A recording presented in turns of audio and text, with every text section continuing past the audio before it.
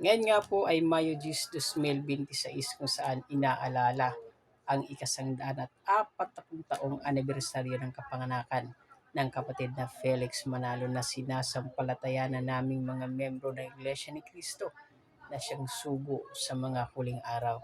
Siya ang kinasangkapan ng ating Panginoong Diyos upang ipangaral ang tunay na iglesia at ang mga salita ng ating Panginoong Diyos.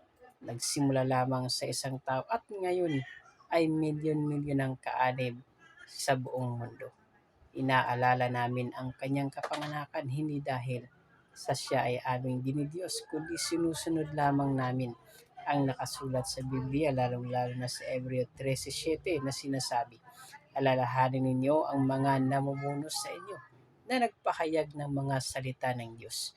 Alalahanin ninyo kung paano sila namuhay at tularan ninyo ang kanilang pananampalataya.